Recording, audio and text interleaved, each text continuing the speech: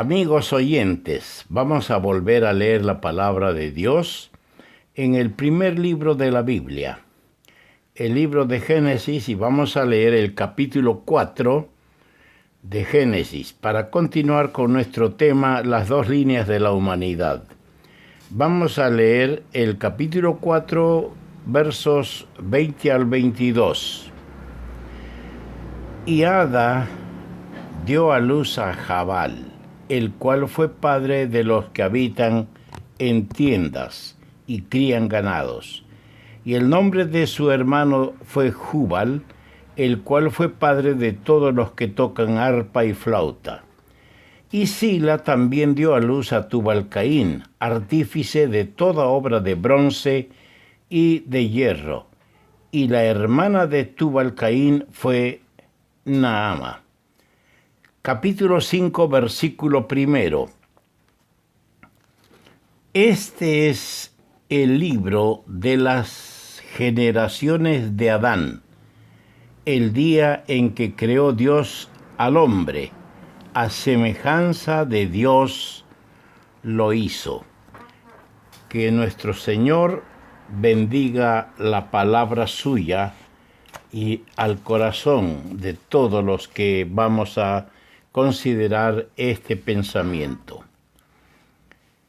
El apóstol Pablo escribía en la carta a los Romanos, capítulo 1, versículo 21, lo siguiente: pues habiendo conocido a Dios, no le glorificaron como a Dios, ni le dieron gracias, sino que se envanecieron en sus razonamientos, y su necio corazón fue entenebrecido. ¿Qué definición nos da el apóstol aquí de los seres humanos que tuvieron la luz de la creación, que tuvieron la revelación de la palabra de Dios a través de los patriarcas? Tuvieron la oportunidad de tener conocimiento y contacto con el Dios de la gloria, pero no le glorificaron como a Dios. Tampoco podían darle las gracias si no le glorificaron. Más bien, su soberbia los envaneció. Se envolvieron en sus propios razonamientos y el necio corazón de ellos se llenó de sombras, de oscuridad, se entenebreció. Ese es el desarrollo de la raza humana, del ser humano. Son los siglos cuando el ser humano inventa, cuando el ser humano aparentemente puede hablar de progreso, pero cada vez más lejos de Dios y cada vez en contraposición a la voluntad de Dios. Hemos leído en estos versos 20 al 22 del capítulo 4 tres nombres de mujeres: y Ada, y Sila, y la hermana de Tubal-Caín fue Naama. Una cosa nos llama la atención: cuando en las Sagradas Escrituras, la palabra de Dios, se mencionan los nombres de algunas madres, es para dar a entender su influencia ejercida en sus hijos. Por lo tanto, el hecho de que se mencione a las madres y hermanas de los primeros inventores y fabricantes, como los tenemos en este capítulo 4 de Génesis, sugiere que eran mujeres de carácter, mujeres de habilidad e intelecto, siendo sentida, notoria la influencia femenina junto a la iniciación del cultivo de las artes y de las ciencias en el ser humano. De esta línea surgieron los primeros diseños, la construcción de ciudades, surgieron las primeras herramientas y armas, lo que se ha dado en llamar cultura y civilización. El espíritu del mundo, que junto a su evolución en las diversas esferas, muestra que no puede separar de su mentado adelanto material el pecado y los vicios, el apartamiento de Dios, la negligencia espiritual, la indiferencia en cuanto al juicio de Dios. El contraste es notable cuando observamos la línea de los patriarcas. También allí hubo varones y mujeres, como podemos constatar en el capítulo 5.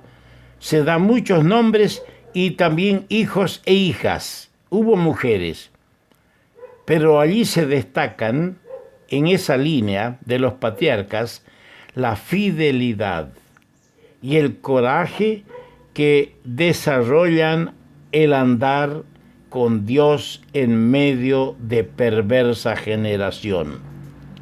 Resumiendo, unos dieron al mundo, por un lado, un impulso en su desarrollo material, la línea de Caín. Los otros, la línea de Abel, fueron en el medio ambiente de maldad y corrupción, fueron la sal que preserva y la influencia que purifica.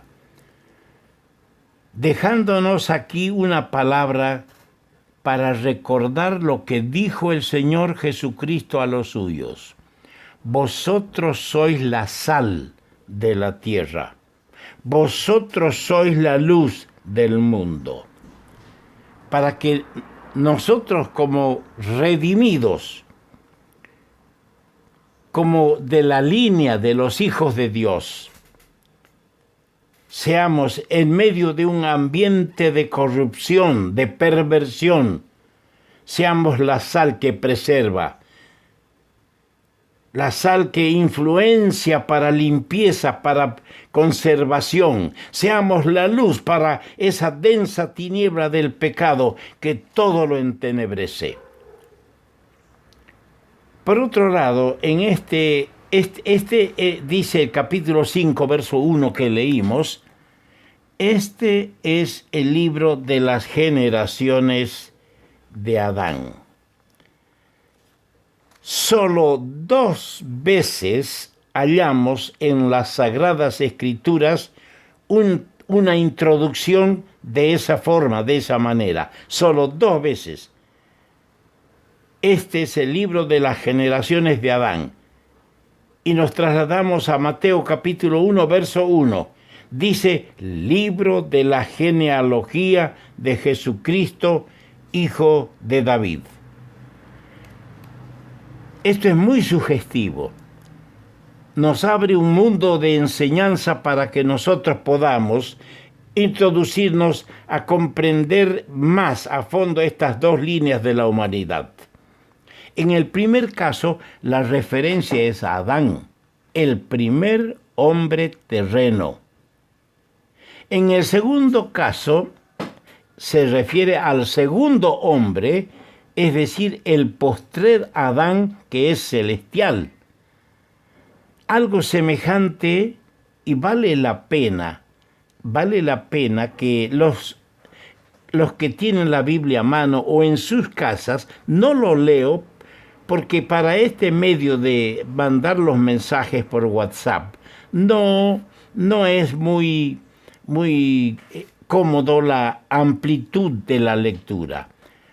Pero hay algo semejante a esto en Romanos capítulo 5, versículos 12 al 21. Y les recomiendo leerlo y estudiarlo, donde se demuestra cómo del primer hombre hemos palpado, hemos heredado como frutos de su desobediencia el pecado y la muerte.